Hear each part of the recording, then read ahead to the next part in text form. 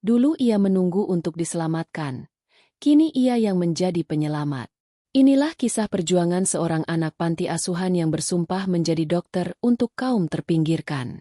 Sebelum masuk ke ceritanya, yuk absen dulu dengan cara like, komen, dan subscribe ya.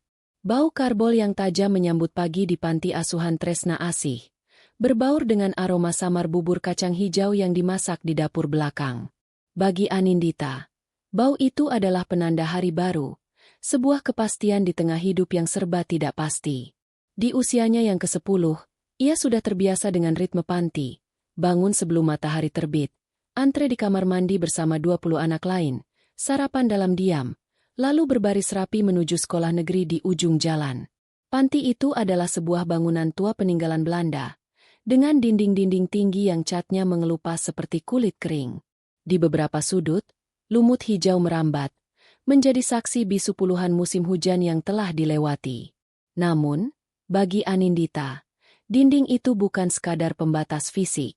Dinding itu adalah pengingat konstan akan dunianya yang terbatas. Sebuah garis tak terlihat yang memisahkannya dari anak-anak lain yang dijemput oleh ayah atau ibu mereka di gerbang sekolah. Anindita berbeda dari anak-anak panti lainnya. Ketika yang lain berlarian di halaman berdebu, berebut ayunan yang rantainya sudah berkarat, ia lebih sering ditemukan di pojok perpustakaan. Bukan perpustakaan megah, hanya sebuah lemari kayu reot berisi buku-buku sumbangan yang sampulnya sudah kusam dan halamannya menguning. Di sanalah dunianya meluas melampaui dinding panti. Ia membaca tentang bintang-bintang, tentang lautan dalam, tentang tubuh manusia. Ia adalah seorang pengamat yang ulung. Dari sudut matanya, ia bisa melihat Lastri yang berusia 6 tahun terbatuk-batuk selama seminggu. Napasnya berbunyi seperti siulan pelan. Pengurus hanya memberinya obat batuk hitam dari botol besar yang rasanya manis dan lengket. Ia juga melihat Jemadi, yang jatuh dari pohon jambu, hanya mendapat balutan kain seadanya yang diolesi minyak tawon, membuat lukanya bengkak selama berhari-hari. Bukan karena para pengurus tidak peduli, Anindita tahu itu. Mereka peduli. Tetapi kepedulian mereka terbentur oleh dana yang terbatas dan pengetahuan medis yang seadanya. Di antara semua anak, sahabat terdekatnya adalah Pramono, seorang anak laki-laki setahun lebih tua darinya yang selalu punya cara untuk membuatnya tersenyum. Pramonolah yang akan menyelipkan sebiji permen jahe ke tangannya saat ia terlalu asyik membaca, atau menariknya keluar dari perpustakaan untuk menunjukkan sarang burung aneh yang ia temukan di atap. Jangan terus-terusan membaca, Enduk, kata Pramono suatu sore, menggunakan panggilan sayang yang biasa digunakan Ibu Sundari, pengasuh tertua di panti. Nanti matamu keluar. Anindita hanya tersenyum tipis, menutup bukunya yang berjudul Dunia Sains Populer. Mata tidak bisa keluar hanya karena membaca. Pram.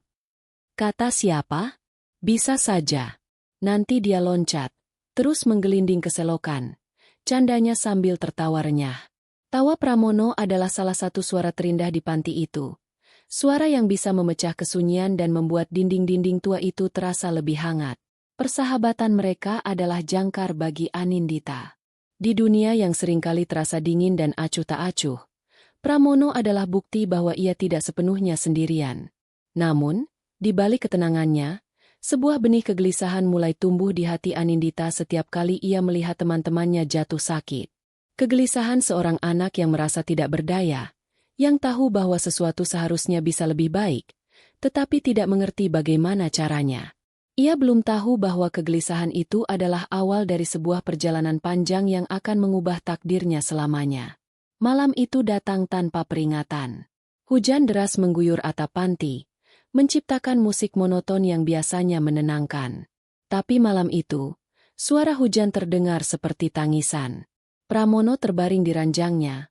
Tubuhnya menggigil hebat meski sudah diselimuti 2 lapis selimut dekil. Dahinya panas seperti bara api saat Anindita menyentuhnya dengan punggung tangannya. Pram panas sekali, Bu. Lapor Anindita kepada Ibu Sundari. Suaranya bergetar cemas. Ibu Sundari datang dengan langkahnya yang pelan dan membawa kompres air hangat serta segelas teh tawar. Hanya demam biasa. Enduk. Mungkin karena kemarin main hujan, katanya, mencoba menenangkan. Di panti, semua penyakit awalnya dianggap demam biasa. Itu adalah mekanisme pertahanan melawan kepanikan dan, yang lebih penting, melawan biaya tak terduga. Tapi ini bukan demam biasa. Anindita tahu itu. Mata Pramono setengah terpejam, dan ia mengigaukan hal-hal yang tidak jelas. Keringat membasahi bantalnya yang kapuknya sudah menggumpal. Anindita duduk di sampingnya sepanjang malam, mengganti kompres setiap kali mulai mengering, mencoba menyuapkan air minum ke bibir sahabatnya yang pecah-pecah. Ia merasa kecil dan tidak berguna. Semua pengetahuan dari buku-buku sainsnya terasa sia-sia. Ia tahu nama-nama Latin tulang dan organ, tapi ia tidak tahu bagaimana cara mengusir api yang membakar tubuh sahabatnya. Menjelang subuh, kondisi Pramono memburuk. Napasnya menjadi pendek dan cepat. Kepanikan akhirnya memecah pertahanan para pengurus. Bapak Tarno, kepala panti, memutuskan untuk membawanya ke puskesmas kecamatan dengan motor bebek tuanya. Anindita ikut membantu membopong tubuh Pramono yang lemas ke teras. Hujan sudah reda, menyisakan udara dingin yang menusuk tulang. Ia melihat motor itu melaju menembus kabut pagi. Lampu belakangnya yang merah perlahan menghilang di tikungan jalan. Hanya itu yang bisa ia lakukan, melihatnya pergi. Perasaan tidak berdaya itu mencengkeram dadanya begitu erat hingga ia sulit bernapas. Pramono baru kembali 3 hari kemudian. Ia tidak lagi demam, tapi ia juga tidak lagi sama. Ia lebih kurus, lebih diam, dan tawa renyahnya telah hilang, digantikan oleh senyum tipis yang tampak lelah. Dokter di puskesmas mengatakan ia terkena demam berdarah yang terlambat ditangani. Ia selamat. Nyaris. Kata, nyaris. Itu terus terngiang di telinga Anindita. Sore itu, Anindita duduk di samping Pramono di tepi dipan tua di halaman belakang. Pramono hanya menatap kosong ke arah pohon jambu. Aku takut sekali, Anin, bisik Pramono pelan, tanpa menoleh. Aku kira aku akan mati. Anindita tidak menjawab. Ia hanya meraih tangan Pramono yang terasa dingin dan menggenggamnya erat. Saat itulah, di tengah keheningan sore yang sendu, sebuah janji lahir di dalam hatinya. Bukan janji yang terucap, melainkan janji yang terpatri di jiwa. Janji yang kokoh, panas, dan nyata. Aku akan jadi dokter. Batinnya dengan kekuatan yang mengejutkan dirinya sendiri. Aku akan belajar. Aku akan mengerti semua ini. Aku tidak akan pernah lagi hanya berdiri dan melihat. Tidak akan pernah lagi. Agar tak ada lagi yang merasakan takut seperti Pramono. Agar tak ada lagi yang nasibnya ditentukan oleh kata, nyaris. Janji itu menjadi kompas barunya. Mulai hari itu, Anindita tidak lagi hanya membaca untuk mengisi waktu. Ia membaca untuk sebuah tujuan. Setiap kalimat dalam buku biologi, setiap gambar organ tubuh, setiap penjelasan tentang virus dan bakteri, adalah anak tangga yang akan ia naiki untuk keluar dari jurang ketidakberdayaan. Perubahan dalam diri Anindita begitu kentara. Api yang menyala di matanya kini memiliki fokus yang tajam. Ia tidak lagi sekadar anak pendiam yang suka membaca. Ia adalah seorang calon pejuang yang sedang mempersiapkan persenjataannya. Setiap waktu luang dihabiskannya di perpustakaan panti. Buku, dunia sains populer, yang dulu hanya hiburan, kini menjadi kitab suci. Ia membacanya berulang-ulang hingga beberapa halamannya lepas. Ia mulai mengumpulkan informasi dengan cara apapun yang ia bisa. Sobekan koran bekas pembungkus tempe yang memuat artikel tentang kesehatan ia pungut dan simpan baik-baik. Ia memberanikan diri bertanya pada guru IPA di sekolah. Pertanyaan-pertanyaan yang begitu detail hingga sang guru terkadang harus membuka buku untuk menjawabnya. Tentu saja, obsesinya ini tidak luput dari perhatian. Beberapa anak yang lebih besar mengolok-oloknya. Mau jadi dukun, Anin? Ledek mereka saat melihatnya membaca tentang sistem peredaran darah. Anindita memilih diam, membiarkan ejekan mereka menjadi angin lalu. Namun, ada sepasang mata bijak yang melihat lebih dari sekadar obsesi. Ibu Sundari, wanita berusia 60-an dengan rambut beruban yang selalu digelung rapi, telah mengasuh puluhan anak di panti itu. Beliau bisa membedakan antara keingintahuan sesaat dan tekad yang membara. Beliau melihat api yang sama di mata Anindita seperti yang pernah ia lihat pada segelintir anak panti yang berhasil mengubah nasib mereka. Suatu sore, saat Anindita sedang duduk di bangku taman sambil mencoba memahami gambar jantung di bukunya yang sudah sobek, Ibu Sundari menghampirinya. Beliau duduk di sebelahnya tanpa berkata apa-apa untuk beberapa saat, hanya memandang wajah serius gadis kecil itu. "Kamu sungguh-sungguh ingin mengerti semua ini, Enduk?" tanya Ibu Sundari lembut. Anindita mengangkat wajahnya, terkejut. Ia hanya mengangguk pelan, sedikit malu. Ibu Sundari tersenyum. Keriput di sudut matanya membentuk garis-garis yang hangat. "Tunggu di sini sebentar." Beliau beranjak pergi dan kembali beberapa menit kemudian sambil membawa sesuatu di tangannya. Benda itu adalah sebuah buku tebal bersampul biru tua yang sudah pudar. Judulnya tertulis dalam huruf emas yang sebagian sudah terkelupas. Biologi Dasar. Ini buku lama milik almarhum suami ibu. Dulu beliau guru, kata Ibu Sundari sambil menyerahkan buku itu kepada Anindita. Mungkin isinya sudah sedikit ketinggalan zaman, tapi ibu rasa ini lebih baik daripada bukumu yang itu. Anindita menerima buku itu dengan kedua tangannya, seolah menerima benda pusaka. Jari-jarinya menelusuri sampulnya yang terasa kasar. Halamannya berbau kertas tua dan ilmu pengetahuan. Ini adalah buku pelajaran sungguhan, bukan buku bacaan populer. Di dalamnya ada diagram-diagram yang jelas, penjelasan yang mendalam. Ini adalah harta karun. Matanya berkaca-kaca. "Terima kasih, Bu," bisiknya. Suaranya serak oleh haru. Ibu Sundari mengelus rambutnya. "Ilmu itu cahaya, Anindita. Jangan pernah lelah mencarinya." Nasihatnya. "Dan yang paling penting, jangan biarkan asalmu menentukan tujuanmu. Dinding panti ini memang tinggi, tapi mimpi yang kuat bisa terbang melampauinya." Kata-kata itu meresap ke dalam hati Anindita, menjadi pupuk bagi benih harapan yang telah tertanam. Sore itu, sambil memeluk buku biologi tua di dadanya, ia merasa dunia tidak lagi sesempit dinding panti asuhan Tresna Asih. Ada dunia lain di luar sana, dunia di mana ia bisa menjadi seseorang yang berguna, dan buku itu adalah peta pertamanya. Memasuki sekolah menengah pertama adalah lompatan besar bagi Anindita. Itu berarti keluar dari lingkungan panti yang familiar setiap hari dan masuk ke arena yang lebih luas dan seringkali lebih kejam. Perbedaan status sosial terasa seperti jurang yang menganga. Teman-teman sekelasnya datang dengan seragam putih biru yang licin disetrika, sepatu hitam mengilap, dan tas punggung aneka warna. Seragam Anindita adalah seragam sumbangan. Warnanya sedikit kusam dengan bekas jahitan di bagian sikunya. Sepatunya juga pemberian orang. Ukurannya sedikit kebesaran sehingga ia harus menyumpalnya dengan kertas koran. Ia tidak pernah punya uang jajan.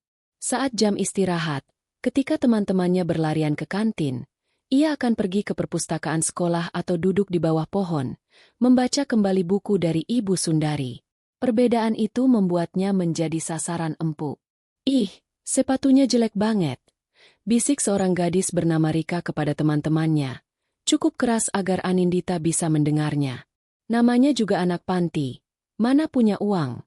Timpal yang lain, diiringi tawa cekikikan. Kata-kata itu seperti jarum-jarum kecil yang menusuk kulitnya. Awalnya terasa sakit dan panas. Anindita belajar untuk menulikan telinganya, membangun dinding tak terlihat di sekelilingnya. Ia tahu ia tidak bisa melawan mereka dengan kata-kata atau kekuatan fisik. Ia hanya punya satu senjata, otaknya. Jadi, ia menyalurkan semua rasa sakit dan amarahnya ke dalam pelajaran. Di kelas, ia adalah murid yang berbeda.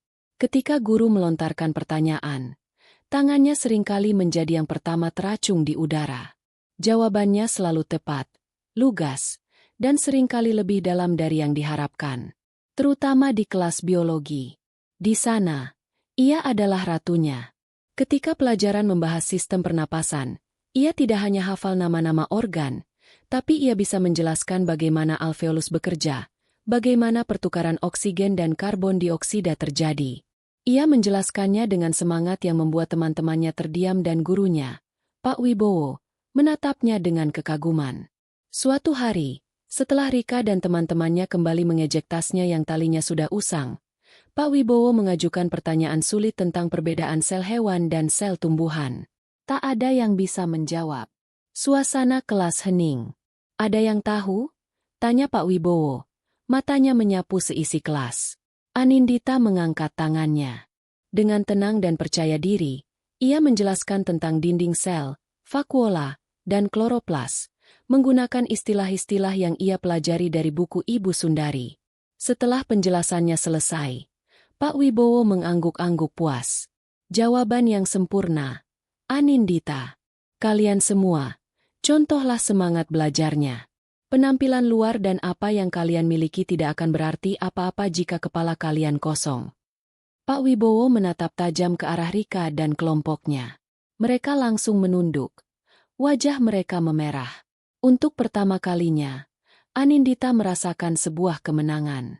Ia mungkin tidak punya sepatu baru atau tas bagus, tapi ia punya sesuatu yang tidak bisa mereka beli, pengetahuan.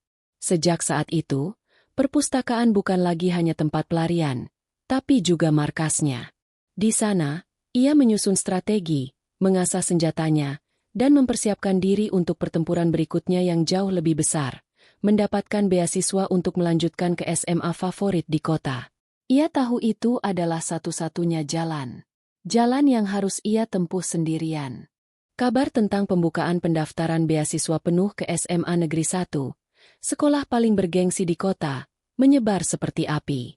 Bagi kebanyakan murid, itu adalah kompetisi sengit untuk meraih prestise. Bagi Anindita, itu adalah pertaruhan hidup dan mati. Beasiswa itu bukan pilihan, melainkan satu-satunya jembatan yang bisa membawanya menyeberangi jurang kemiskinan menuju universitas kedokteran impiannya. Tanpa beasiswa itu, mimpinya akan berhenti di gerbang panti asuhan. Tekadnya mengeras menjadi baja.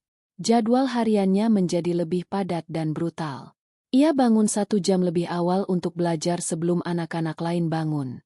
Di sekolah, setiap detik waktu istirahat ia gunakan untuk mengerjakan soal-soal latihan di perpustakaan. Sepulang sekolah, setelah menyelesaikan tugas-tugasnya di panti, ia akan kembali belajar di bawah temaram lampu bohlam 5 watt di ruang belajar, seringkali hingga larut malam ketika seluruh panti sudah terlelap. Ibu Sundari sering menegurnya dengan lembut. Jangan terlalu dipaksa, Enduk. Nanti kamu sakit. Tidak apa-apa, Bu. Sedikit lagi, jawab Anindita. Matanya tidak lepas dari buku rumus matematika. Ujian seleksi diadakan selama 2 hari di gedung SMA Negeri 1 yang megah. Anindita datang dengan seragam terbaiknya yang sudah ia cuci dan setrika sendiri dengan susah payah. Ia merasa seperti semut di tengah kerumunan gajah. Ratusan calon siswa diantar oleh orang tua mereka. Wajah mereka penuh harapan dan dukungan. Anindita datang sendiri, hanya berbekal restu dari Ibu Sundari dan tepukan semangat di bahu dari Pramono. Saat mengerjakan soal, semua kebisingan di sekitarnya lenyap. Hanya ada dirinya, lembar soal, dan mimpinya. Semua malam tanpa tidur, semua ejekan yang ia telan, semua pengetahuan yang ia serap, tumpah ruah melalui ujung penanya. Ia merasa tenang, fokus, dan kuat. Seminggu setelah ujian adalah minggu terpanjang dalam hidupnya. Setiap hari terasa seperti setahun. Ia mencoba menyibukkan diri, tapi pikirannya terus melayang ke papan pengumuman di SMA Negeri 1. Akhirnya, hari pengumuman tiba. Dengan jantung berdebar kencang, ia menumpang angkot ke sekolah itu. Ia berdiri di depan papan pengumuman raksasa yang sudah dikerumuni banyak orang. Desakan, sorak-sorai kegirangan, dan isak tangis kekecewaan bercampur aduk di udara. Dengan tubuh gemetar, ia menyelinap di antara kerumunan. Matanya menyapu daftar nama yang dicetak dalam huruf-huruf hitam kecil. Baris demi baris, ia mencari. Jantungnya terasa seperti akan melompat dari dadanya. Keraguan mulai merayap. Mungkinkah usahanya sia-sia? Mungkinkah mimpi seorang anak panti terlalu lancang? Dan kemudian, ia menemukannya. Di bawah nomor urut 17, tertulis sebuah nama. Anindita. Asal sekolah, SMP Negeri 3. Untuk sesaat, ia hanya bisa menatap nama itu, tidak bergerak. Dunia di sekitarnya menjadi sunyi. Semua suara hiruk-pikuk menghilang. Hanya ada dia dan deretan huruf hitam itu. Sebuah bukti. Sebuah validasi. Sebuah tiket. Ia tidak berteriak. Ia tidak melompat. Kegembiraannya adalah jenis kegembiraan yang hening dan mendalam. Air mata perlahan mengalir di pipinya. Bukan air mata kesedihan, tapi air mata kelegaan yang luar biasa. Ia berhasil. Langkah pertama telah ia pijak. Ia berbalik, berjalan menjauhi kerumunan dengan langkah mantap. Ia tidak lagi peduli pada tatapan orang atau seragam kusamnya. Hari itu, ia merasa menjadi orang paling kaya di dunia. Ia mungkin tidak punya keluarga untuk berbagi kabar gembira, tapi ia punya sesuatu yang lebih berharga. Masa depan yang baru saja ia rebut dengan tangannya sendiri. Perjalanan masih sangat panjang. Ia tahu itu. Tapi untuk pertama kalinya, jalan di depannya tampak terang. SMA Negeri 1 adalah sebuah planet yang berbeda. Jika panti asuhan Tresna Asih adalah bumi yang kering dan berbatu, maka sekolah ini adalah surga hijau yang subur, dihuni oleh makhluk-makhluk yang tidak pernah Anindita kenal sebelumnya. Bangunannya modern, dengan koridor berlantai marmer yang memantulkan cahaya matahari. Taman-tamannya terawat rapi, dan kantinnya menjual aneka makanan yang namanya saja baru pertama kali ia dengar. Di hari pertamanya, Anindita merasa seperti hantu. Ia berjalan di sepanjang koridor, tak terlihat, sementara di sekelilingnya riuh rendah suara tawa dan percakapan tentang liburan ke Bali, ponsel model terbaru, atau les biola sepulang sekolah. Teman-teman sekelasnya adalah anak-anak pejabat, pengusaha, dan dokter. Mereka datang di antar mobil-mobil mengilap, membawa bekal mewah dalam kotak makan bertingkat. Jurang itu bukan hanya soal materi. Itu adalah jurang budaya. Anindita tidak mengerti lelucon mereka, tidak tahu lagu-lagu yang mereka senandungkan, tidak paham merek-merek yang mereka banggakan. Ia adalah anomali, seorang gadis dengan tas lusuh dan sepatu agak kebesaran di tengah lautan kemewahan. Beasiswa yang ia menangkan dengan susah payah ternyata hanya menutupi biaya SPP dan uang gedung. Ia tidak memperhitungkan biaya lainnya. Buku-buku paket yang harganya selangit, seragam batik khusus yang wajib dibeli, iuran untuk kegiatan ekstrakurikuler, dan ongkos angkot setiap hari. Uang saku dari panti, yang jumlahnya sangat kecil, bahkan tidak cukup untuk membeli buku catatan. Kenyataan menghantamnya dengan keras. Mimpi tidak bisa hidup hanya dengan semangat. Mimpi butuh makan. Mimpi butuh ongkos. Setelah 2 minggu pertama yang penuh kegalauan, Anindita mengambil sebuah keputusan. Ia harus bekerja. Pilihan itu bukan sebuah kemewahan, melainkan syarat mutlak untuk bertahan hidup. Setiap sore sepulang sekolah, ia menyusuri deretan ruko, dari satu tempat ke tempat lain, menawarkan tenaganya. Ia ditolak di toko buku karena terlalu kecil. Ia ditolak di sebuah butik karena penampilan kurang meyakinkan. Akhirnya, di sebuah gang sempit di belakang pasar, ia menemukan sebuah warung makan Padang yang ramai. Pemiliknya, seorang ibu parubaya bernama Uni Fatimah, menatapnya dari atas ke bawah. "Bisa apa kamu?" tanya Uni Fatimah dengan logat Minang yang kental. "Saya bisa apa saja, Bu." "Mencuci piring, menyapu, mengelap meja," jawab Anindita. Suaranya nyaris berbisik. Uni Fatimah mengamatinya sejenak, melihat kesungguhan di mata gadis kurus di hadapannya. "Baiklah, jam 5 sore sampai jam 9 malam. Cuci semua piring kotor di belakang. Jangan ada yang pecah." Anindita mengangguk dengan penuh rasa syukur. Malam itu adalah malam pertamanya bekerja. Di dapur belakang yang panas dan berbau aneka bumbu, ia berdiri di depan tumpukan piring kotor yang menggunung. Tangannya yang ramping terasa perih terendam air sabun selama berjam-jam. Punggungnya pegal. Tapi saat Uni Fatimah menyelipkan beberapa lembar uang lece ke tangannya di akhir malam, rasa sakit itu tergantikan oleh kelegaan yang luar biasa. Ia pulang ke panti berjalan kaki untuk menghemat ongkos. Di kamarnya yang sempit, di bawah cahaya lampu 5 watt, ia membuka buku pelajarannya. Aroma gulai dan rendang masih melekat di bajunya, kontras dengan bau kertas dari buku fisika di hadapannya. Malam itu, ia belajar hingga matanya perih dan kepalanya terasa berat. Ia tahu, inilah harga yang harus ia bayar. Dan ia bersedia membayarnya, Cicilan demi cicilan. Hidup Anindita berubah menjadi sebuah rutinitas yang melelahkan. Sebuah siklus yang berputar tanpa henti. Pagi adalah murid teladan. Sore hingga malam adalah tukang cuci piring. Tidak ada jeda. Tidak ada waktu untuk bernapas. Pukul 5 pagi, ia sudah bangun untuk belajar sebelum hiruk-pikuk panti dimulai. Di sekolah, ia menyerap setiap kata yang diucapkan guru, mencatat secepat yang ia bisa, sadar bahwa ia tidak punya kemewahan untuk membeli buku panduan tambahan atau ikut bimbingan belajar. Pikirannya harus menjadi spons, menyerap semuanya sekali jalan. Saat bel istirahat berbunyi, aroma mie instan dari kantin memanggil murid-murid lain. Anindita hanya bisa menelan ludah, lalu berjalan ke perpustakaan untuk meminjam buku paket, menyalin bab-bab penting ke buku catatannya karena ia tak mampu membelinya. Suatu kali, seorang teman sekelas yang baik hati bernama Dimas mengajaknya bergabung dalam kelompok belajar. Nanti sore kita belajar bareng di kafe dekat sekolah ya, Anin. Kita bahas soal-soal kimia. Anindita tersenyum getir. Maaf, Dimas. Aku tidak bisa. Aku, ada urusan keluarga. Urusan keluarga adalah kode untuk tumpukan piring kotor dan baskom besar berisi air sabun yang menunggunya. Ia melihat Dimas dan teman-temannya pergi sambil tertawa, dan sebersit rasa iri yang tajam menusuk hatinya. Ia merindukan hal-hal normal, mengobrol tanpa beban, tertawa karena lelucon konyol, menjadi remaja biasa. Tapi normal adalah sebuah kemewahan yang tidak ia miliki. Setiap malam, ia pulang ke panti dengan tubuh yang letih dan pikiran yang penuh.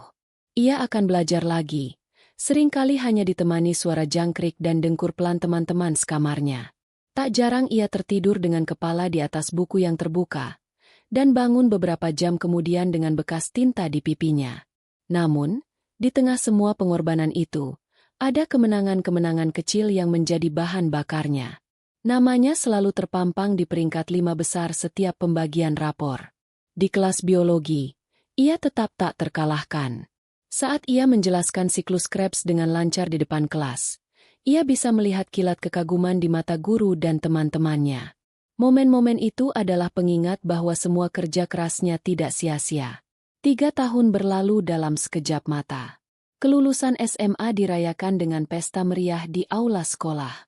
Anindita datang dengan kebaya sederhana sumbangan dari salah satu donatur panti. Ia melihat lautan wajah bahagia. Para orang tua memeluk anak-anak mereka, memberikan karangan bunga, mengabadikan momen dengan kamera. Nama Anindita dipanggil ke atas panggung sebagai salah satu lulusan terbaik. Tepuk tangan membahana. Ia menerima ijazahnya dengan tangan sedikit gemetar, tersenyum kepada para guru. Saat ia turun dari panggung, ia berdiri sendirian di sudut aula, memeluk gulungan ijazahnya erat-erat. Tidak ada pelukan, tidak ada bunga, tidak ada foto keluarga. Kemenangannya terasa besar, tetapi juga sunyi. Di tengah keramaian itu, ia mengeluarkan sepucuk surat dari sakunya. Surat dari Ibu Sundari, ditulis dengan tulisan tangan yang sedikit bergetar. Selamat, Enduk Cah Ayu. Ibu tahu kamu bisa. Jangan pernah berhenti terbang. Langitmu luas. Anindita membaca kalimat itu berulang-ulang. Air mata menggenang di pelupuknya. Ia mungkin sendirian secara fisik, tapi ia tidak pernah benar-benar sendiri. Kemenangan ini bukan hanya miliknya.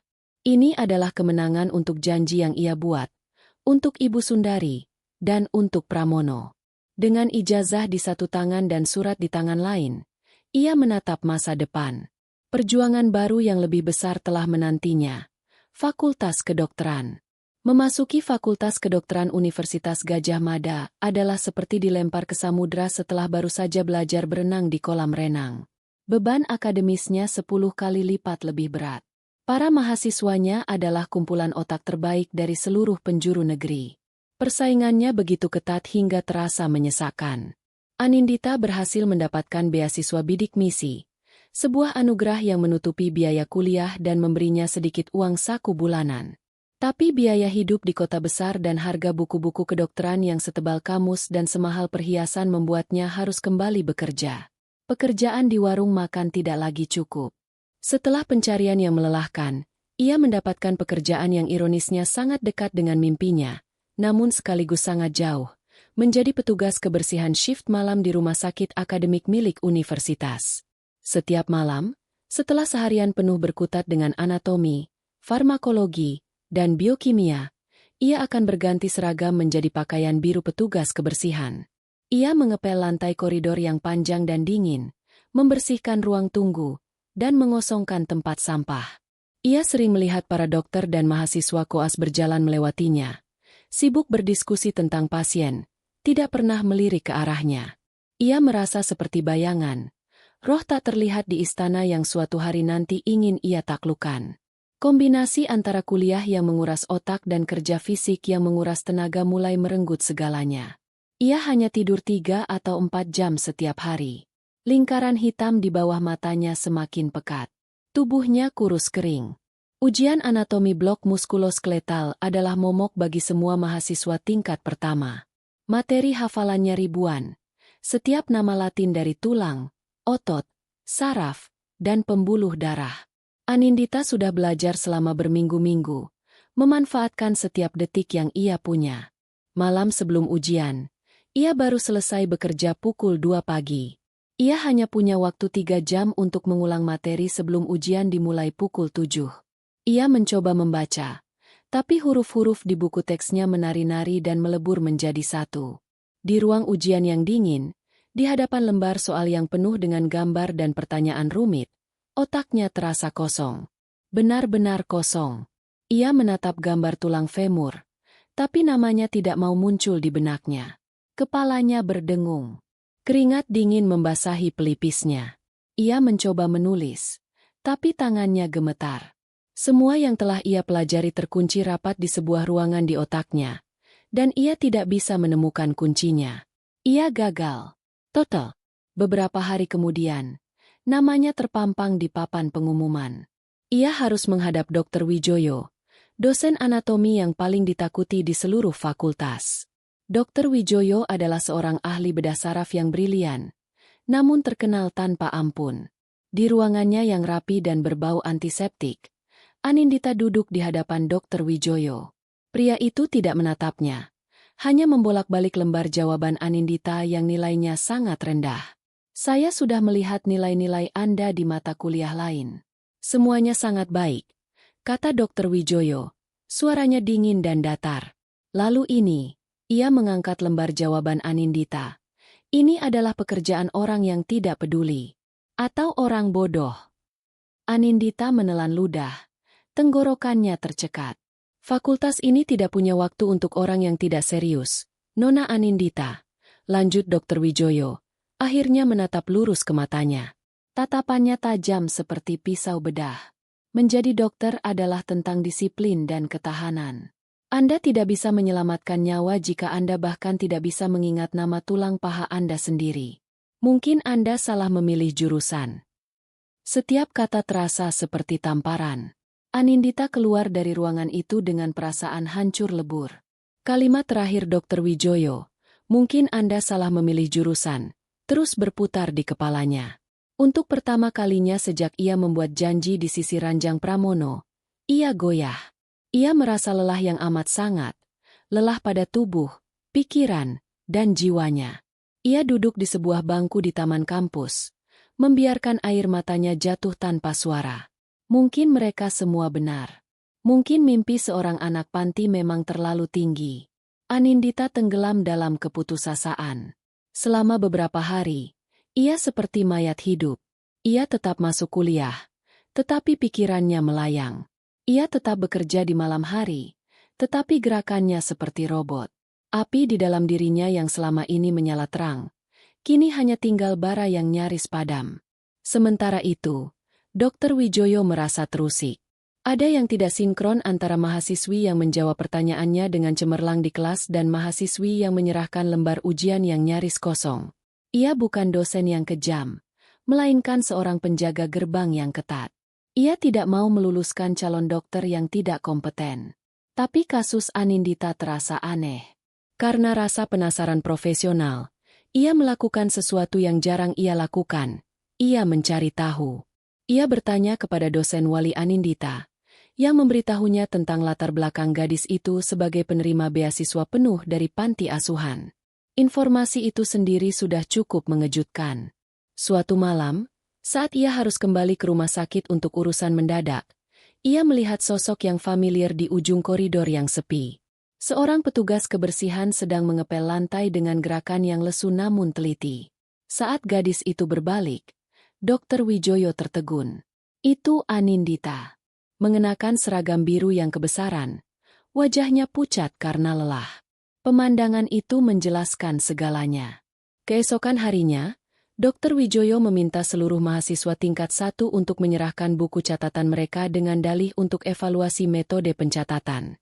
Saat ia memeriksa buku Anindita, ia menemukan lebih dari sekadar catatan kuliah yang rapi. Di halaman-halaman belakang, di antara diagram sistem saraf yang digambar dengan detail, ia menemukan hal-hal lain. Analisis studi kasus imajiner, di mana Anindita menuliskan pemikirannya tentang diagnosis dan penanganan pasien anak-anak dengan empati yang mendalam. Ia menemukan sketsa denah sebuah bangunan kecil dengan tulisan, Klinik Harapan, di atasnya. Ada daftar peralatan medis dasar, perkiraan biaya operasional, bahkan coret-coretan tentang program penyuluhan kesehatan untuk panti asuhan. Dr. Wijoyo terdiam. Ini bukan catatan seorang mahasiswa yang malas atau bodoh. Ini adalah jurnal seorang visioner. Ia tidak hanya melihat ambisi, ia melihat sebuah misi. Anindita kembali dipanggil ke ruangannya.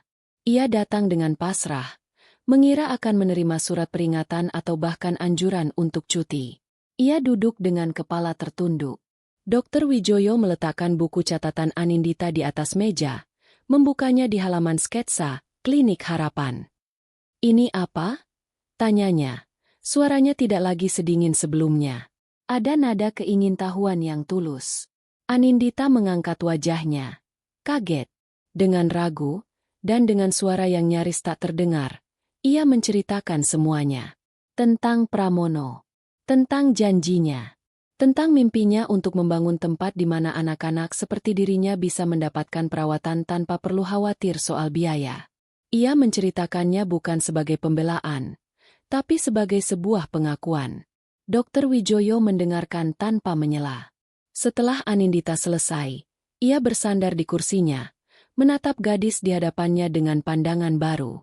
Anda tahu, katanya pelan, seorang dokter tidak dinilai hanya dari kemampuannya menghafal, tapi juga dari alasan mengapa ia ingin menyembuhkan.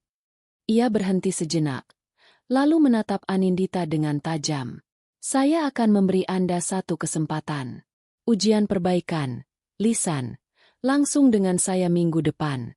Materinya 2 kali lipat lebih banyak. Jika Anda lulus, nilai Anda saya perbaiki. Jika gagal, Anda harus mengulang mata kuliah ini tahun depan. Ia kemudian menunjuk ke arah buku catatan Anindita. Buktikan pada saya bahwa mimpi di buku ini lebih besar dari rasa lelah Anda. Itu bukan sebuah tawaran yang ramah. Itu adalah sebuah tantangan. Sebuah lifeline yang dilempar dengan keras. Tapi bagi Anindita, itu sudah lebih dari cukup. Saat ia keluar dari ruangan itu, bara api di dalam dirinya kembali tersulut, dan kali ini, nyalanya lebih terang dari sebelumnya. Minggu berikutnya adalah minggu paling intens dalam hidup Anindita. Ia meminta izin tidak masuk kerja selama 3 hari, mengorbankan pendapatannya yang sedikit demi pertaruhan terbesarnya. Dengan bimbingan tak langsung dari Dr. Wijoyo, yang memberinya daftar bacaan tambahan yang sangat sulit, ia belajar seperti orang kesetanan. Ia tidak lagi hanya menghafal, tapi mencoba memahami logika di balik setiap struktur tubuh, fungsi setiap otot, dan jalur setiap saraf. Ujian lisan itu berlangsung selama 2 jam di ruangan Dr. Wijoyo. Pertanyaan-pertanyaannya tajam, mendalam, dan melompat dari satu topik ke topik lain. Tapi kali ini, Anindita siap. Jawabannya lugas, percaya diri, dan didukung oleh pemahaman yang kokoh. Ia tidak hanya menjawab apa, tapi juga mengapa dan bagaimana. Di akhir ujian, Dr. Wijoyo hanya mengangguk pelan. Cukup, katanya. Anda boleh pergi. Tidak ada pujian, tidak ada senyuman. Tapi seminggu kemudian, di papan pengumuman, Nilai ujian anatominya berubah dari E menjadi A. Di bawahnya ada catatan kecil tulisan tangan. Kerja bagus. Bagi Anindita, dua kata itu terasa lebih berharga dari medali emas. Sejak saat itu, hubungannya dengan Dr. Wijoyo berubah. Sang dosen, killer, itu menjadi mentornya. Ia tetap keras dan menuntut, tetapi kini tuntutannya bertujuan untuk membentuk, bukan menghancurkan. Ia sering meminjamkan buku-buku mahalnya kepada Anindita, memberinya studi kasus yang menantang, dan mendorongnya untuk berpikir kritis melampaui kurikulum. Tahun-tahun berikutnya berlalu dalam kerja keras yang terfokus. Anindita berhenti dari pekerjaan kebersihannya dan, atas rekomendasi Dr. Wijoyo, mendapatkan beasiswa tambahan dari sebuah yayasan yang memungkinkannya untuk fokus penuh pada studinya. Ia melesat. Prestasinya cemerlang. Ia bukan lagi mahasiswi tak terlihat, melainkan salah satu yang paling dihormati karena kecerdasan dan ketekunannya. Masa koas, magang klinis, adalah ujian terakhir. Ia berotasi di berbagai departemen rumah sakit, menghadapi pasien sungguhan untuk pertama kalinya. Ia belajar bahwa menjadi dokter bukan hanya tentang ilmu, tapi juga tentang seni berkomunikasi, tentang empati, tentang menenangkan seorang ibu yang cemas atau memberikan kabar buruk dengan kelembutan. Akhirnya, hari itu pun tiba. Hari pengambilan sumpah dokter. Di sebuah auditorium megah, Anindita duduk di antara ratusan rekan sejawatnya, mengenakan toga dan samir kebanggaan. Namanya dipanggil dengan lantang. Anindita, lulus dengan predikat cum laude. Ia berjalan ke atas panggung, menerima gulungan ijazah dokternya. Saat ia berdiri di sana, menatap lautan wajah di hadapannya, ia kembali merasakan kesunyian yang familiar. Tidak ada ayah atau ibu yang melambai bangga. Tapi kali ini, perasaan itu tidak lagi menyakitkan. Ia tidak lagi merasa kosong. Ia kembali ke kursinya. Saat prosesi pengambilan sumpah dimulai, ia mengangkat tangan kanannya bersama yang lain. Saat seorang dokter senior memimpin mereka mengucapkan sumpah Hipokrates, kata-kata itu terdengar sakral di telinganya. Saya akan membaktikan hidup saya guna kepentingan peri kemanusiaan. Di dalam benaknya, sumpah resmi itu berbaur dengan janji pribadinya sendiri. Janji yang ia bisikan di sisi ranjang Pramono bertahun-tahun lalu. Saya akan menolong anak-anak lain seperti saya. Saya akan menjalankan tugas saya dengan cara yang terhormat dan bersusila, sesuai dengan martabat pekerjaan saya. Agar tak ada lagi yang nasibnya ditentukan oleh kata, nyaris. Air mata mengalir di pipinya, tetapi kali ini, itu adalah air mata kemenangan dan syukur. Perjuangan panjang satu babak telah berakhir. Ia bukan lagi Anindita si anak panti. Ia adalah dokter Anindita. Dan kini, pekerjaan yang sesungguhnya baru saja akan dimulai. Status, dokter, yang tersemat di depan namanya terasa membanggakan, tetapi juga berat. Anindita memulai program internshipnya di sebuah rumah sakit umum daerah, RSUD, di kota kabupaten. Sebuah tempat yang energinya sangat berbeda dari rumah sakit universitas yang steril dan teratur. Di sini, realitas adalah denyut nadi yang berdetak kencang, kacau, dan tanpa henti. Koridor rumah sakit selalu penuh sesak. Aroma campuran antara disinfektan, darah, dan keputusasaan menggantung di udara. Pasien meluap dari ruang perawatan hingga ke lorong-lorong, berbaring di velvet-velvet darurat. Suara erangan kesakitan, tangis bayi, dan panggilan dari pengeras suara melebur menjadi satu simfoni yang memekakan telinga. Inilah garis depan pertempuran, dan Anindita dilempar langsung ke tengah-tengahnya. Dengan cepat ia mempelajari aturan tak tertulis di dunia medis Indonesia. Jurang pemisah antara pasien BPJS dan pasien umum, bayar tunai.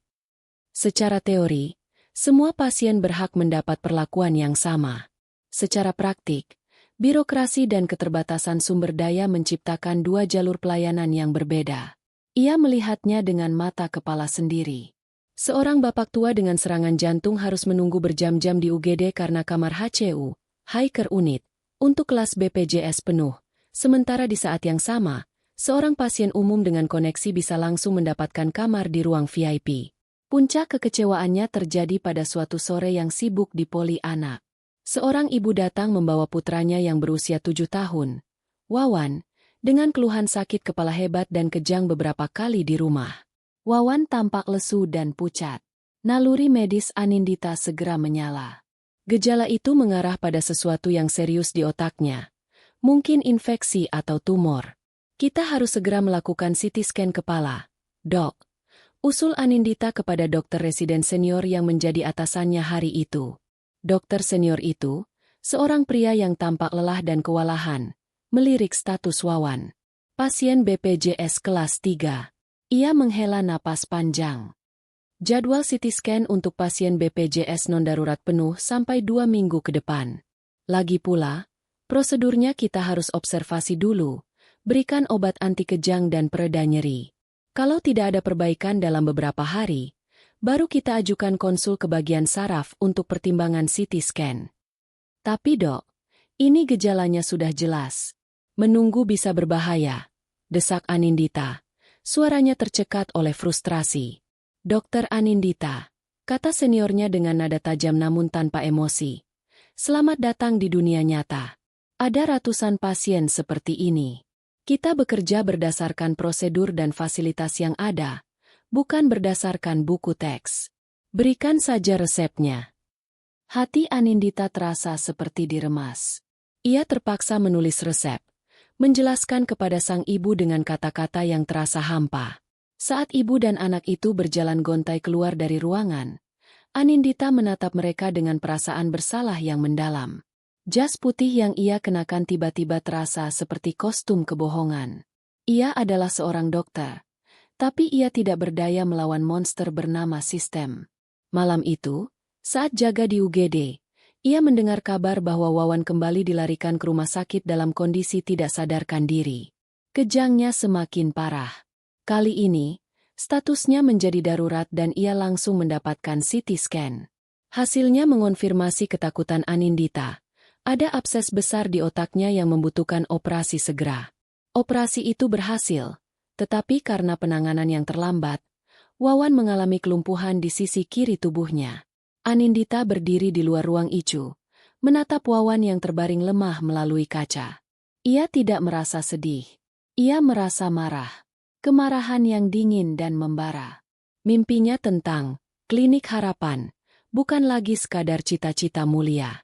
Kini, mimpi itu telah menjadi sebuah kebutuhan mendesak. Sebuah jawaban atas sistem yang seringkali lebih mementingkan prosedur daripada nyawa. Gaji pertamanya sebagai dokter internship terasa seperti sebuah keajaiban. Jumlahnya tidak besar, tetapi itu adalah uang pertama yang ia hasilkan sebagai seorang dokter. Setelah bertahun-tahun hidup dari belas kasihan dan beasiswa, memegang uang dari hasil jerih payahnya sendiri adalah sebuah perasaan yang luar biasa. Namun, euforia itu tidak berlangsung lama.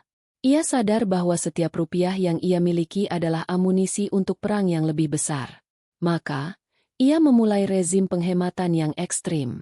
Ia menyewa kamar kos paling kecil dan murah di dekat rumah sakit. Sebuah ruangan berukuran 3x3 meter dengan kamar mandi di luar.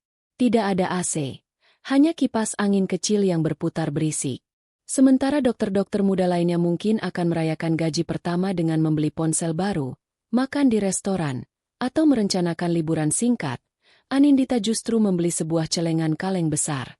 Setelah membayar sewa kos dan menafkahi dirinya dengan menu paling sederhana, nasi, tempe, dan sayur, sisa uangnya ia bagi dua. Sebagian kecil ia kirimkan ke panti asuhan Tresna Asih, dan sebagian besar ia masukkan ke dalam rekening bank baru yang ia buka khusus. Nama rekening itu, Klinik Harapan. Melihat saldo rekening itu bertambah, bahkan hanya ratusan ribu setiap bulannya, memberinya kepuasan yang lebih besar daripada kenikmatan duniawi manapun. Setiap koin yang ia tabung terasa seperti satu bata yang ia letakkan untuk fondasi kliniknya. Waktu luangnya pun bukan untuk beristirahat. Di kamarnya yang sempit, di antara tumpukan jurnal medis, lahirlah sebuah cetak biru yang semakin nyata. Ia tidak lagi hanya menggambar denah hayalan. Kini, ia menghabiskan waktu berjam-jam di warnet, melakukan riset serius. Ia mencari harga alat-alat medis bekas yang masih layak pakai. Stetoskop, tensimeter, tabung oksigen, bahkan meja periksa. Ia mengunduh panduan dari Kemenkes tentang standar minimal pendirian klinik Pratama. Buku catatannya yang dulu berisi sketsa mimpi, kini penuh dengan data konkret. Biaya renovasi bangunan, estimasi 75 juta rupiah. Alat kesehatan dasar, bekas 40 juta rupiah. Obat-obatan awal, 15 juta rupiah. Perizinan, urus sendiri 5 juta rupiah. Angka-angka itu tampak astronomis dibandingkan gajinya yang kecil. Terkadang, melihat total biaya yang ia perkirakan membuatnya merasa kecil hati. Tapi kemudian ia akan teringat wajah Wawan, atau dinginnya tangan Pramono bertahun-tahun lalu, dan semangatnya kembali menyala. Ia sadar bahwa menabung saja tidak akan pernah cukup. Ia butuh rencana yang lebih besar. Sebuah proposal yang solid yang mungkin suatu hari nanti bisa ia ajukan kepada donatur. Ia mulai menyusunnya, bab demi bab, di laptop tua yang ia beli dengan cara mencicil. Latar belakang masalah, visi dan misi, analisis kebutuhan, rencana anggaran biaya. Mimpinya bertransformasi dari sebuah bisikan hati menjadi sebuah dokumen bisnis yang profesional. Setiap malam, setelah 12 jam bertarung dengan penyakit di rumah sakit, ia akan melanjutkan pertarungannya yang lain di depan layar laptop, membangun kliniknya kata demi kata, angka demi angka. Di antara hiruk-pikuk bangsal anak, ada satu sosok yang selalu menarik perhatian Anindita. Dr. Prasetyo, seorang dokter spesialis anak senior berusia akhir 40-an. Ia adalah dokter yang hebat, diagnosanya tajam dan tangannya terampil. Namun, ada aura kelelahan dan sinisme yang mengelilinginya. Ia sering menghela napas panjang saat dihadapkan pada kasus rumit dengan pasien tidak mampu, seolah sudah hafal akhir cerita yang menyedihkan. Interaksi pertama mereka kurang menyenangkan. Anindita, dengan semangat idealisnya, mengusulkan serangkaian tes diagnostik canggih untuk seorang anak dengan kelainan genetik langka. Dr. Prasetyo meninjau usulannya, lalu menatapnya dari balik kacamatanya yang tebal. Idealisme itu bagus, Dok. Sangat bagus untuk dimiliki di awal karir, katanya dengan nada datar. Tapi keluarga ini bahkan tidak mampu membeli susu formula yang layak. Tes yang Anda usulkan ini harganya jutaan. BPJS tidak akan menanggung semuanya. Di sini, kita bekerja dengan realitas, bukan buku teks. Anindita merasa tertampar, tapi ia tahu ada kebenaran dalam kata-kata pahit itu. Sejak saat itu, ia lebih banyak mengamati Dr. Prasetyo dari kejauhan. Ia melihat bagaimana sang dokter senior itu seringkali menyelinap keluar untuk membelikan makanan bagi keluarga pasien yang menunggu, atau diam-diam memberikan sampel susu formula gratis dari laci mejanya. Di balik topeng sinismenya, ada hati yang sangat peduli, hati yang mungkin sudah lelah karena terlalu sering patah. Titik balik hubungan mereka datang dalam bentuk seorang anak laki-laki berusia sekitar 10 tahun bernama Gilang. Gilang adalah anak jalanan. Dibawa ke UGD oleh petugas Satpol PP karena luka infeksi parah di kakinya. Ia kotor, kurus, dan mulutnya penuh dengan kata-kata kasar. Ia menolak diobati, mencaci maki setiap perawat yang mendekat, dan mencoba kabur beberapa kali. Ia dianggap sebagai biang onar. Staf lain mulai kehilangan kesabaran. Tapi Anindita melihat sesuatu yang lain di mata Gilang, ketakutan. Ia mendekati Gilang bukan sebagai dokter, tapi sebagai teman. Ia duduk di lantai di samping ranjang Gilang, tidak peduli bajunya kotor. Ia tidak bertanya tentang lukanya. Ia bertanya tentang hal lain. Kamu suka gambar? Tanya Anindita sambil menyodorkan kertas dan pensil. Gilang menatapnya curiga, tapi kemudian mengambilnya. Mereka tidak banyak bicara hari itu. Tapi setiap hari, Anindita meluangkan waktu untuk duduk bersamanya. Ia membawakannya nasi bungkus dari warung, yang ia beli dengan uangnya sendiri, bukan makanan rumah sakit yang hambar. Perlahan, dinding pertahanan Gilang mulai runtuh. Ia mulai bercerita, dan ia membiarkan Anindita membersihkan dan mengobati lukanya tanpa perlawanan. Dr. Prasetyo mengamati semua itu dari kejauhan. Ia melihat kesabaran luar biasa yang ditunjukkan dokter muda itu, sebuah ketulusan yang melampaui tugas profesional. Suatu malam, saat Anindita sedang makan malam sendirian di kantin rumah sakit yang sepi, Dr. Prasetyo datang dan duduk di hadapannya. Anak itu, Gilang. Dia sudah mau bicara sekarang. Bahkan tersenyum tadi, kata Dokter Prasetyo, membuka percakapan. Dia hanya butuh teman, jawab Anindita sederhana. Keheningan menyelimuti mereka sejenak. Lalu Dokter Prasetyo berkata, saya sudah bekerja di sini 15 tahun. Saya sudah melihat ratusan dokter muda datang dan pergi. Banyak yang awalnya bersemangat seperti Anda, tapi rumah sakit ini punya cara untuk memadamkan api itu. Ia menatap Anindita. Api di dalam diri Anda tampaknya berbeda. Merasa mendapat celah, Anindita memberanikan diri. Dengan suara pelan, ia menceritakan mimpinya. Tentang klinik harapan.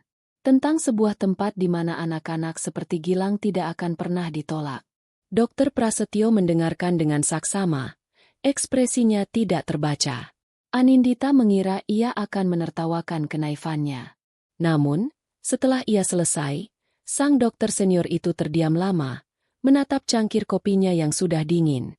Itu ide paling gila, paling mustahil, dan paling indah yang pernah saya dengar, kata Dokter Prasetyo akhirnya. Untuk pertama kalinya, Anindita melihat kilau di matanya yang biasanya redup. Kilau idealisme yang ia kira sudah lama padam. Saya tidak punya uang untuk membantumu, lanjutnya. Tapi saya punya pengalaman. Kalau kamu butuh bantuan untuk menyusun proposal medisnya, merancang alur pelayanan, atau memilih obat-obatan yang paling efisien, beritahu saya. Anindita menatapnya. Tak bisa berkata-kata. Itu bukan tawaran uang atau koneksi. Itu adalah sesuatu yang jauh lebih berharga. Validasi dan kemitraan. Malam itu, di kantin yang remang-remang, ia tidak lagi berjuang sendirian. Ia telah menemukan sekutu pertamanya. Setelah hampir setahun menjalani program internship, Anindita akhirnya mendapatkan jatah cuti selama 4 hari. Tanpa pikir panjang, ia menggunakan waktu dan sebagian kecil tabungannya untuk pulang. Bukan ke rumah, karena ia tak punya, tapi ke tempat yang membentuknya, Panti Asuhan Tresna Asih.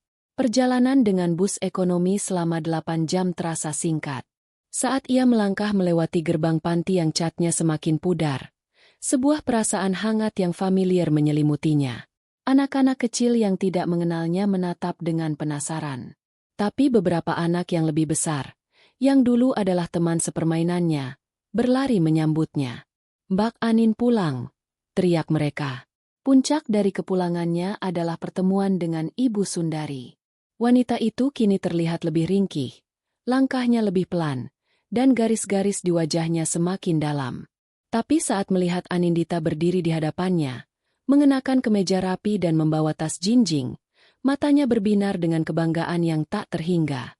Dokter kita sudah datang, bisik Ibu Sundari, suaranya bergetar. Beliau memeluk Anindita erat. Pelukan itu terasa seperti rumah.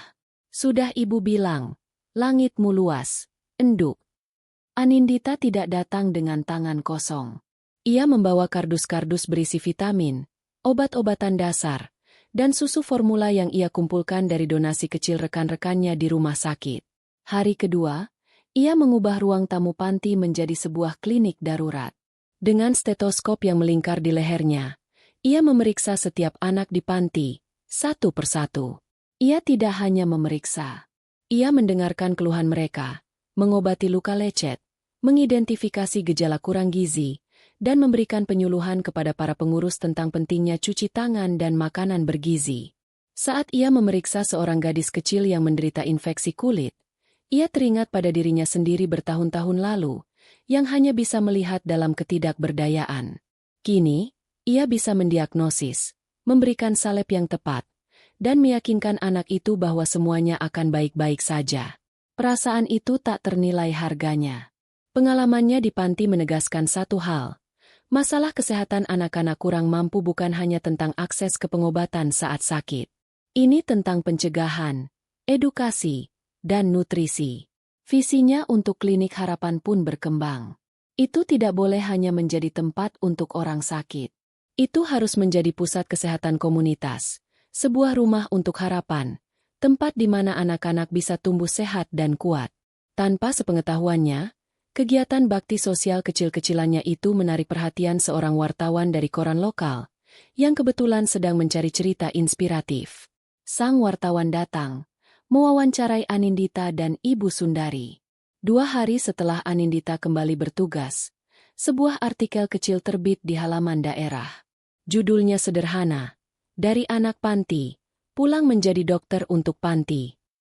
Artikel itu menceritakan kisahnya secara singkat dan tulus. Itu bukan berita utama, hanya sebuah cerita kecil di lautan berita lain. Tapi benih telah ditanam. Di suatu tempat, seseorang membacanya dan terinspirasi. Program internship Anindita akan segera berakhir. Ia akan menjadi dokter penuh, bebas untuk praktik di mana saja. Mimpinya terasa semakin dekat. Dengan proposal yang telah disempurnakan berkat masukan dari Dr. Prasetyo, dan tabungan yang meski kecil namun terus bertambah, ia merasa siap untuk langkah selanjutnya. Ia mulai mencari lokasi. Ia tidak mencari di pusat kota yang mahal. Fokusnya adalah daerah pinggiran, kantong-kantong kemiskinan di mana fasilitas kesehatan sangat minim. Suatu sore, saat berkeliling dengan motor bekas yang baru dibelinya, ia menemukannya. Sebuah bangunan kecil yang terbengkalai dengan papan nama yang sudah karatan. Puskesmas Pembantu, Pustu, Melati. Bangunan itu milik pemerintah daerah. Sudah tidak aktif selama hampir 5 tahun. Letaknya strategis, di tengah pemukiman padat penduduk. Dindingnya kotor dan halamannya ditumbuhi ilalang. Tapi Anindita bisa melihat potensinya. Ini sempurna. Dengan semangat membara, ia membawa proposalnya ke kantor dinas kesehatan daerah. Ia membayangkan akan disambut dengan antusias. Seorang dokter muda dengan inisiatif mulia. Kenyataannya adalah sebuah meja kayu tua dan seorang staf administrasi yang tampak bosan. Mau mengaktifkan pustu lama? Wah, prosedurnya panjang itu, Mbak, kata staf itu sambil menguap. Anindita tidak menyerah. Selama beberapa minggu, ia bolak-balik ke kantor itu.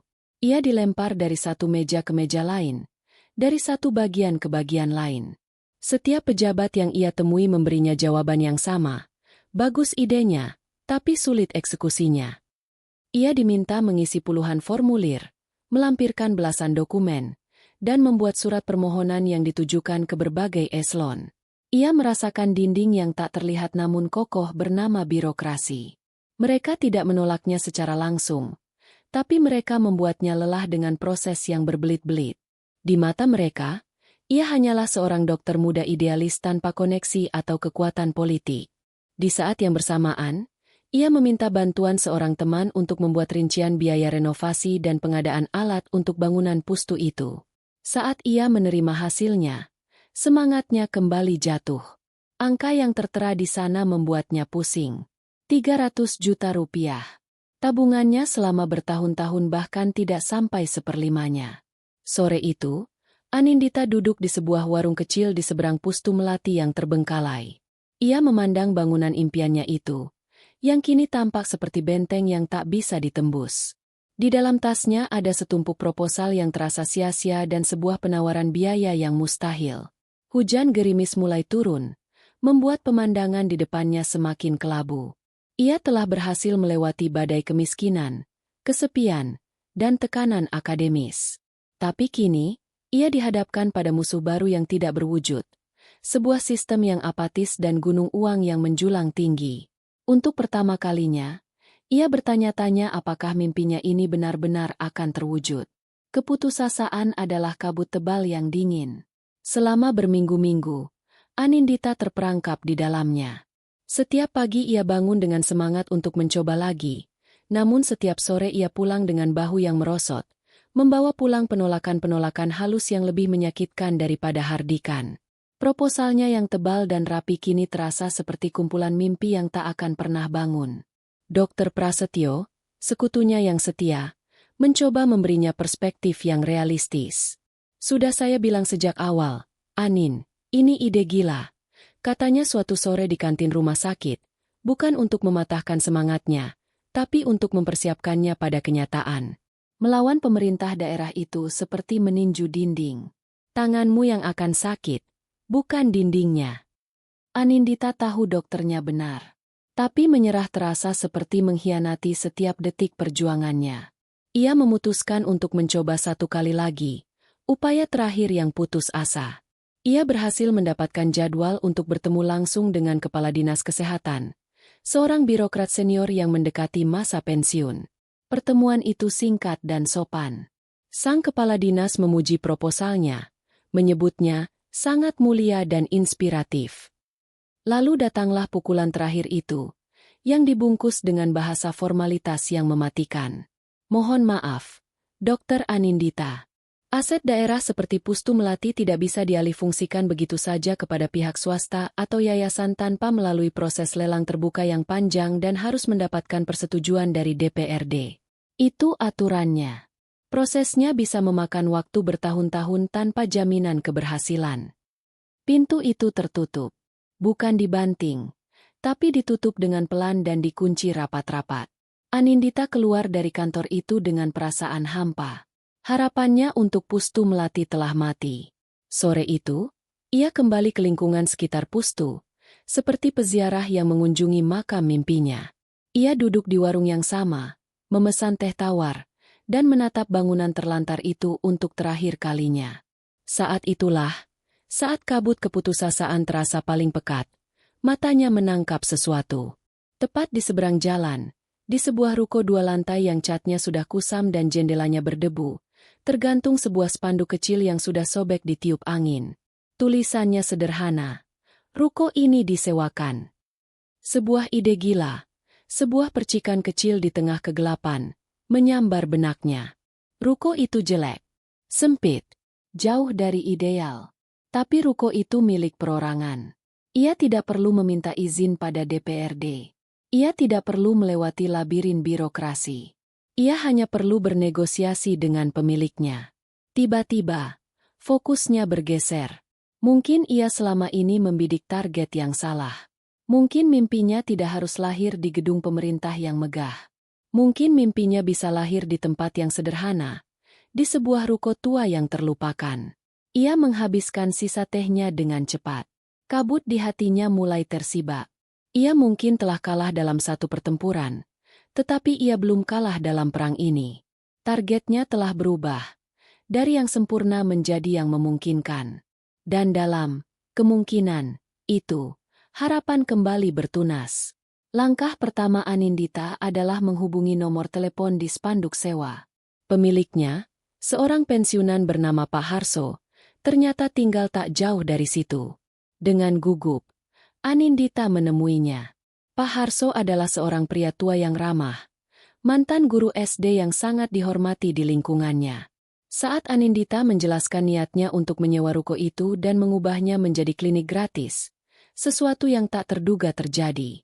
Wajah Pak Harso yang keriput tampak familiar dengan cerita itu. "Tunggu sebentar," kata Pak Harso. Ia masuk ke dalam rumahnya dan kembali dengan sebuah guntingan koran yang sudah menguning. Itu adalah artikel kecil dari koran lokal setahun yang lalu. Dari anak panti, pulang menjadi dokter untuk panti. "Jadi, Andalah dokter muda yang ada di berita ini," kata Pak Harso, matanya berbinar. "Saya sudah menyimpan ini. Saya selalu bertanya-tanya bagaimana kelanjutan ceritanya." Anindita tertegun. Benih kecil yang ia tanam setahun lalu ternyata tumbuh di tempat yang tak ia duga. Ia menceritakan semua perjuangannya, kegagalannya dengan Pustu, dan bagaimana ruko Pak Harso kini menjadi satu-satunya harapannya. Pak Harso mendengarkan dengan saksama. "Anak muda," katanya setelah Anindita selesai, "kamu mencoba mengangkat beban ini sendirian. Beban sebesar ini harus diangkat bersama-sama." 3 hari kemudian, di teras rumah Pak Harso, sebuah pertemuan kecil diadakan. Pak Harso tidak hanya mengundang Anindita. Ia juga mengundang Ibu Retno, ketua kelompok PKK yang gesit dan punya banyak koneksi. Ia mengundang Pak Budi, ketua RW setempat yang disegani. Dan ia mengundang Rian, seorang pemuda yang mengelola sebuah portal berita online lokal. Di hadapan mereka, Anindita mempresentasikan proposalnya sekali lagi. Kali ini, audiensnya bukan birokrat yang dingin, melainkan tetangganya sendiri. Ia menunjukkan denah ruko yang sudah ia rancang ulang, rincian anggaran yang transparan, dan data tentang tingginya angka penyakit anak di lingkungan mereka. Gairah dan ketulusannya menular. Setelah presentasi selesai, mereka tidak terdiam. Mereka bertindak. Soal sewa, biar saya yang bicara dengan Pak Harso. Saya jamin kita dapat harga tetangga, kata Pak Budi, Ketua RW. Kelompok PKK bisa mengadakan bazar amal akhir bulan ini. Nasi rames, kue-kue, kerajinan tangan. Semua hasilnya kita sumbangkan untuk klinik.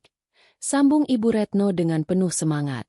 Rian, si pemuda pengelola portal berita, menatap Anindita dengan kagum. Cerita ini harus didengar lebih banyak orang. Mbak, saya akan menulis artikel yang layak. Bukan berita kecil di halaman belakang. Dan Rian menepati janjinya. Seminggu kemudian, sebuah artikel panjang dan mendalam muncul di portal beritanya dan menyebar cepat melalui media sosial. Judulnya, Ditolak Birokrasi, Dr. Anindita tak menyerah. Klinik harapan akan lahir di sebuah ruko tua. Artikel itu menceritakan perjuangannya dari panti asuhan hingga penolakan dinas kesehatan. Lengkap dengan foto ruko yang kusam dan sketsa denah klinik yang penuh harapan. Di akhir artikel, Rian mencantumkan nomor rekening, Klinik Harapan. Efeknya sungguh di luar dugaan. Ini bukan lagi cerita tentang seorang dokter, tapi tentang seorang pejuang komunitas. Sumbangan mulai mengalir. Bukan dari perusahaan besar, melainkan dari masyarakat biasa. Seorang ibu rumah tangga mentransfer Rp50.000 dengan pesan, "Semangat, Bu Dokter." Seorang mahasiswa mengirim Rp20.000 untuk beli plester. Para perantau dari daerah itu yang membaca berita tersebut ikut menyumbang. Aliran dana itu bukan banjir bandang, melainkan gerimis yang terus-menerus, yang perlahan tapi pasti mulai mengisi bendungan yang kering. Dr. Prasetyo, yang melihat perkembangan ini dengan takjub, menggunakan jaringannya untuk meyakinkan beberapa distributor farmasi agar menyumbangkan stok obat-obatan dasar. Bahkan, sebuah transfer dalam jumlah yang cukup besar masuk rekening itu tanpa nama pengirim. Anindita punya firasat kuat bahwa itu adalah sentuhan dari mentor lamanya, Dr. Wijoyo, dari kejauhan. Kekuatan komunitas telah bangkit. Beban itu kini diangkat bersama-sama. Transformasi ruko tua itu adalah sebuah keajaiban yang ditenagai oleh semangat gotong royong. Tidak ada kontraktor profesional yang disewa.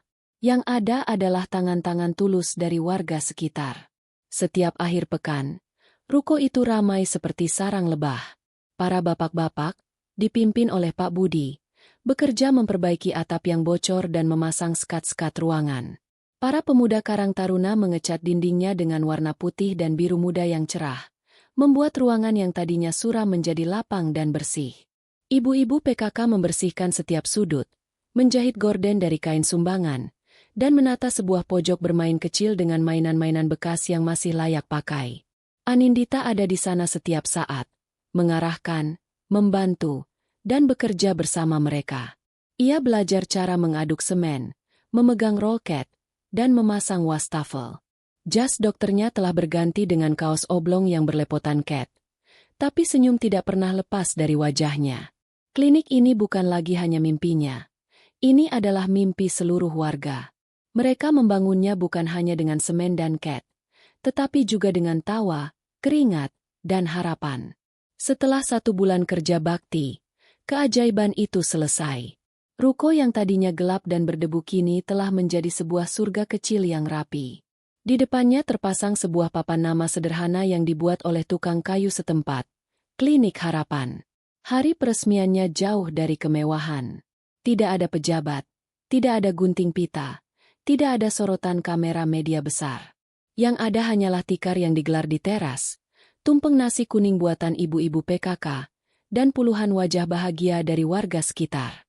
Tamu kehormatannya adalah Ibu Sundari, yang diantar khusus dari panti asuhan. Wanita tua itu berjalan mengelilingi klinik dengan langkah pelan, menyentuh dinding yang baru dicat, matanya berkaca-kaca. Beliau memeluk Anindita di tengah ruang periksa. "Kamu membangun rumah, Endu. Rumah untuk harapan banyak orang," bisiknya. Dokter Prasetyo juga hadir, berdiri di sudut dengan senyum tulus di wajahnya. Sinisme di matanya telah sepenuhnya hilang, digantikan oleh kebanggaan yang tulus. Anindita berdiri di hadapan semua orang yang telah membantunya. Hatinya meluap oleh rasa syukur. "Terima kasih," katanya. Suaranya bergetar.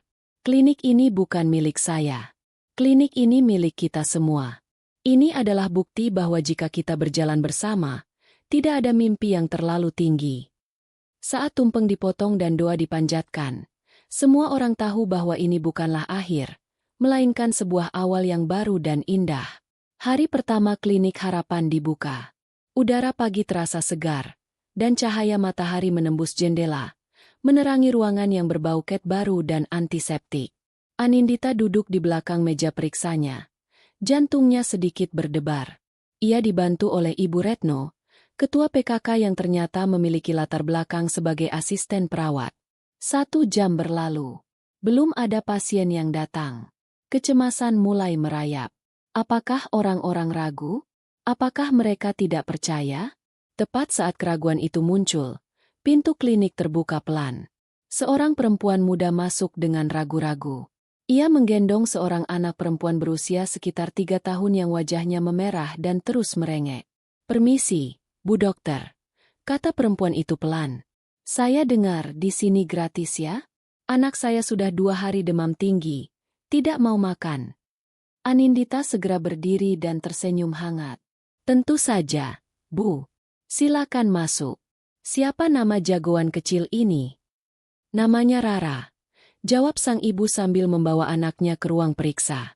Rara menangis ketakutan saat melihat stetoskop. Ia memeluk ibunya erat-erat. Anindita tidak memaksanya. Ia berjongkok, menyamakan tinggi matanya dengan Rara. Ia mengambil sebuah boneka beruang kecil dari pojok bermain. "Halo, Rara. Kenalkan, ini beruang coklat.